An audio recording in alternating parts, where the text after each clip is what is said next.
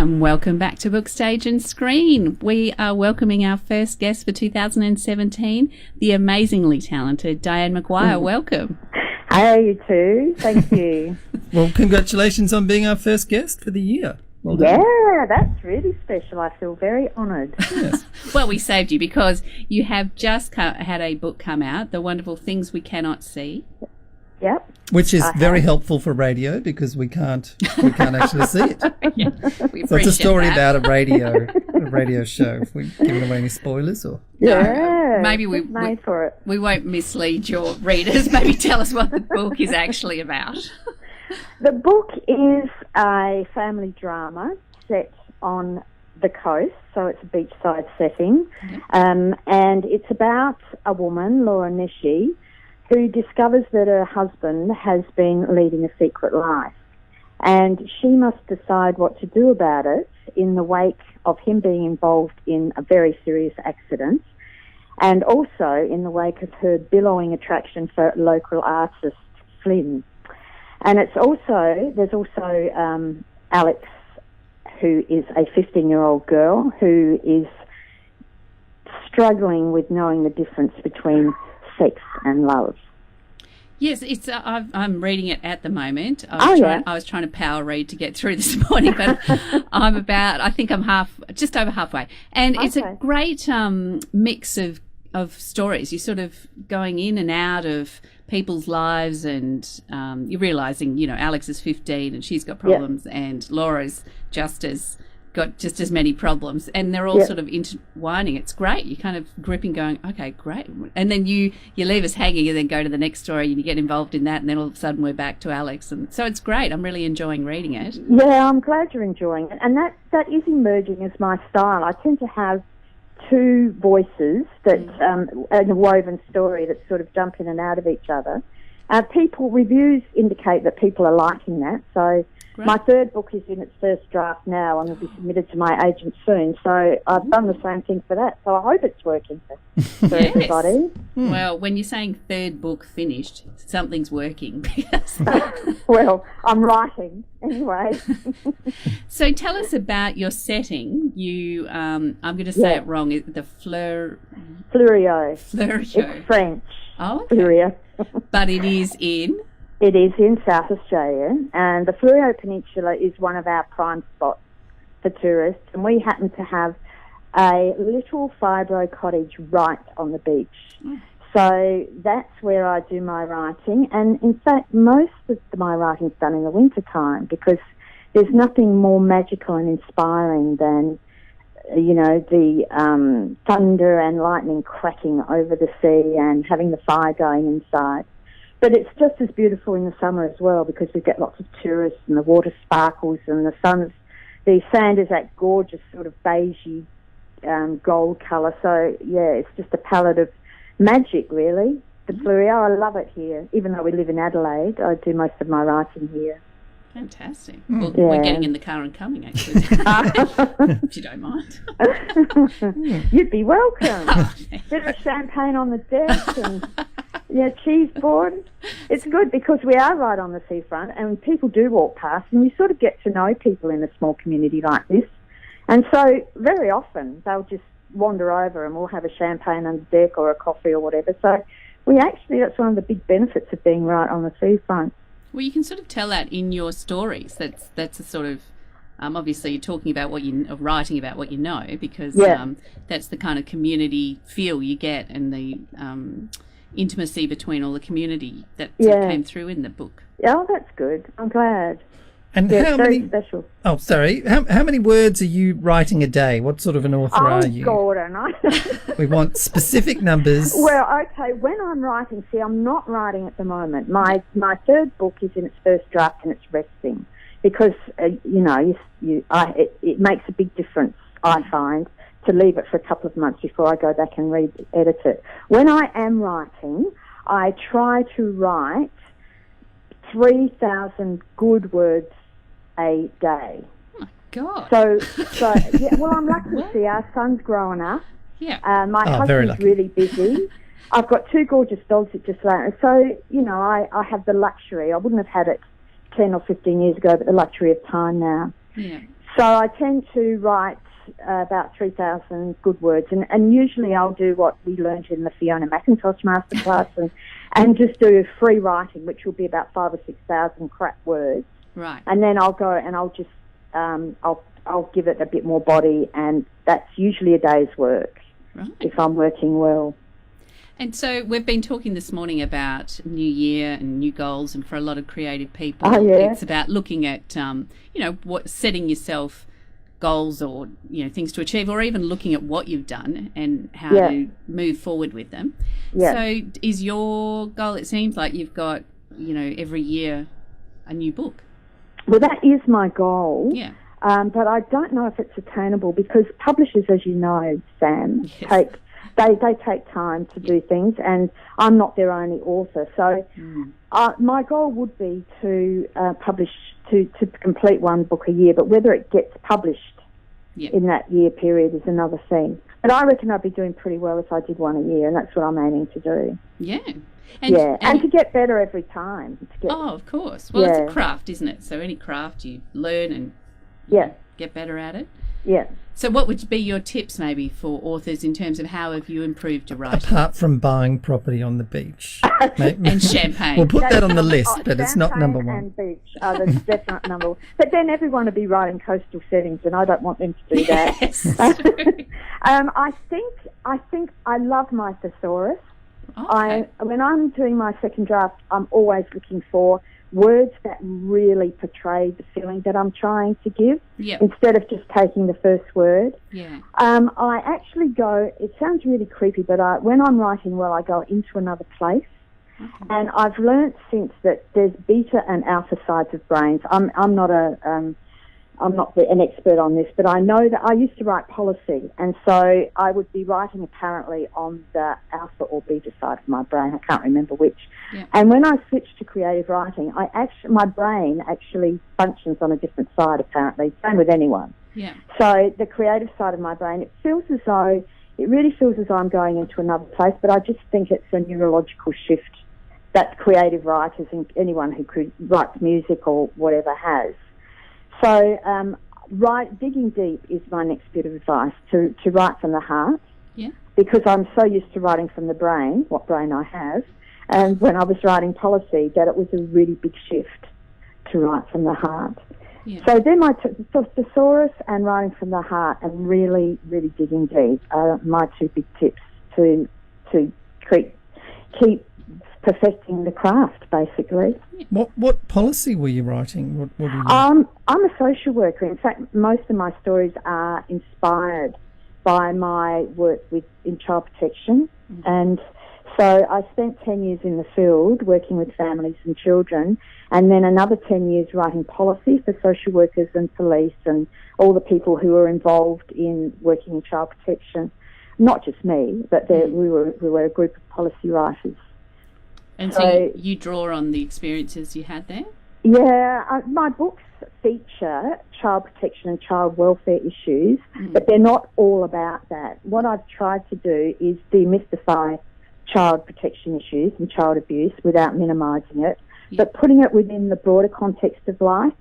So my books have always, so far, have a bit of child abuse or child protection in them, but within a broader context of real life and real other people with facing similar types of betrayal, but in the more normal stream of life.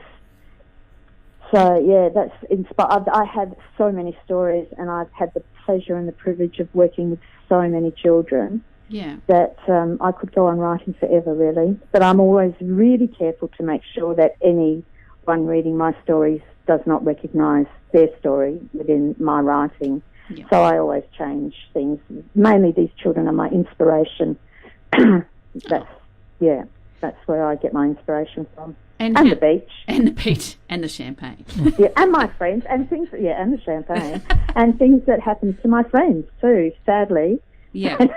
Often get captured and caught up in my story. Yes, it is a bit of a trap of writers, isn't it? To go. It is indeed. And someone's telling you some woeful tale and you're like this. Actually, that sounds really good. Right. I'll give it 18 months and then that's going to be. That's right. Well, it's Exactly. life, isn't it? I mean, that's what you're going to be writing about. Exactly. Now, so you've got a new book sort of bubbling away there, and you said you have an agent? I do have an agent now, Sheila Great. Drummond. So she's, I can just concentrate on writing now. Yeah. And she does the other side of being a writer.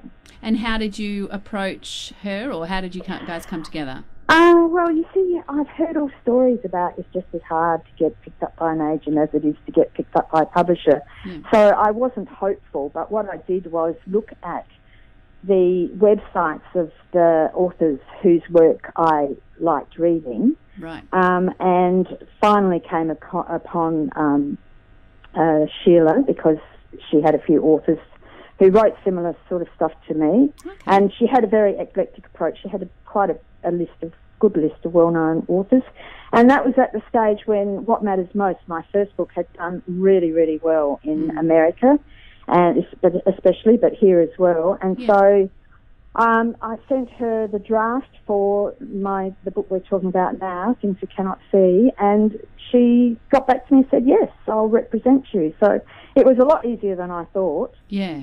So I'd say to anyone out there who's thinking about an agent, give it a go. I mean, the worst thing that can happen is they'll say no, but it's probably not likely that they will if you're at the right stage, I think. Yeah. Having had one book published, I'm sure, was a plus for me. I think it helps if the book was successful. Yeah, I think so. If the book was a donkey, she probably wouldn't have associated. I know, that might have been a bit harder. But you never know, the section is hang in there. Yeah. And but there so, are a lot of agents around, so it's a bit of a task to do the research properly. well, it's good advice, though, because sometimes you think, sometimes I think, well, if they've got people similar to me, why would they want the same? But it does make sense as well that they already know that genre, they know the publishers, they know how to deal with publishers anyway. So exactly, and they do know the publishers, and they do know the industry. Yes, I'm a newbie, and it's a bit of a it's a magical industry, as you guys would know, but it's also fraught with pitfalls for the uninitiated. So it's good to have someone in my corner who can help me and guide me a bit. Yeah. Mind you, HarperCollins are fabulous support, so that makes it a lot easier as well. Yeah, combined, you're going to be a stalwart. You're going to be. And when people want to buy your book, where do they go to buy? All they have to do is, because it's an ebook, so if they Google my name, Dianne Maguire, that's Dianne with two N's and M-A-G, not M-C, and go in on the HarperCollins. So it'll be Dianne Maguire HarperCollins, and there are toggles or tags or whatever they're called, links to all the different providers. But they're available from all providers. Amazon, HarperCollins, iTunes, Kobo, the whole gamut. So you can get them there. And think about writing me a review. I'd love that. I love reading the reviews. I know I'm a bit neurotic. My husband's always saying, get away from the computer, because I'm always scrolling and looking to see if anyone's done another review. But good reviews. We want good reviews for you. Well, I like They will be good reviews. Most people are kind, most people are kind and positive. But I learn a lot from my reviews as well.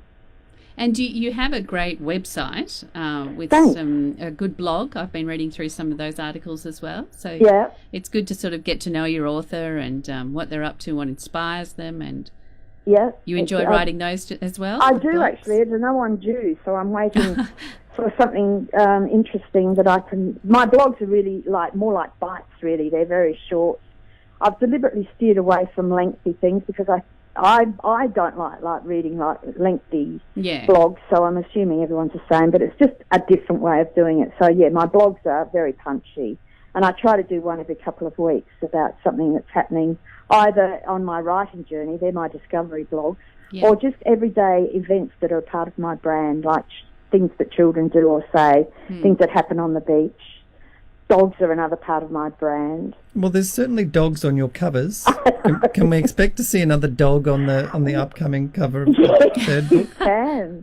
Because it was funny because when I was doing my training as an author, it might have even been Fiona McIntosh, who said, people love books with dogs in them.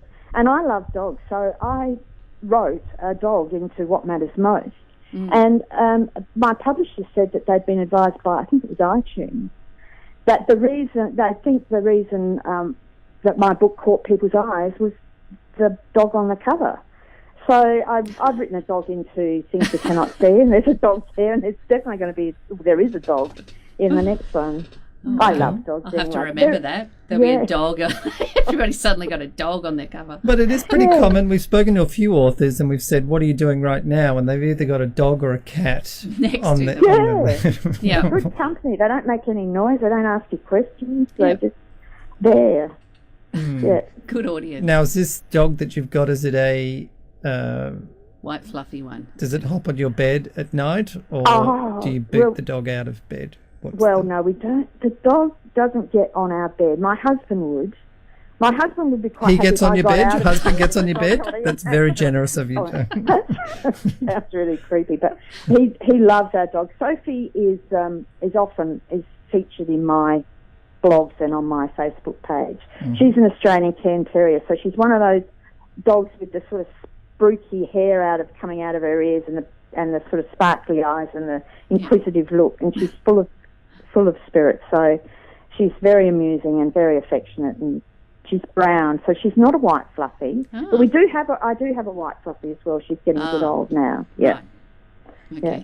I must have like this. I'm sure I didn't make that up. I'm sure I've seen a white dog somewhere. You mean personally? Yeah, Millie, our oldest dog. She's a Maltese Shih Tzu. Yes, I think I've seen that. Beg your pardon.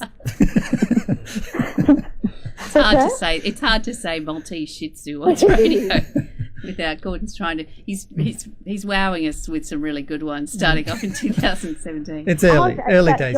That joke about the zoo. Yeah, don't worry. It's not even worth it. Now we're going to. So thanks so much for joining us today and telling us all about your new book, Things We Cannot See, published by HarperCollins. Yeah. Go on to HarperCollins, or your blog, your website is just Dianne Maguire Author? Yes, Dianne Maguire Author, 2 N's for Dianne, Maguire, M-A-G. Yep. And if you feel inclined, I would love you to like my Facebook page. Yes. That would be great. Already have, but our listeners will too. Yeah, that's what I mean. And that's when you can keep up. Yes, not just me. And you can keep up with all the news. We're looking forward to any hints as to what the title of the next one is. I do have an idea, but I'm not going to say it yet. Right. Yeah. What about I love my dog? Dog. Something like that? That would be too obvious. I think the picture's enough. Yeah. Show not tell, Sam. Yes, that's true. I went against the first principle. Well, thanks so much. Thanks so much for joining us today. Sit there on your patio. Are you there today at the beach? Yes, we're there. I'm looking over the sea now. Oh, beautiful. Well, go and enjoy and come back and talk to us when you have your next book published. That'll be lovely. Thanks so much. It's been great chatting with you guys. Thanks, Dan. Bye. See you then. Bye.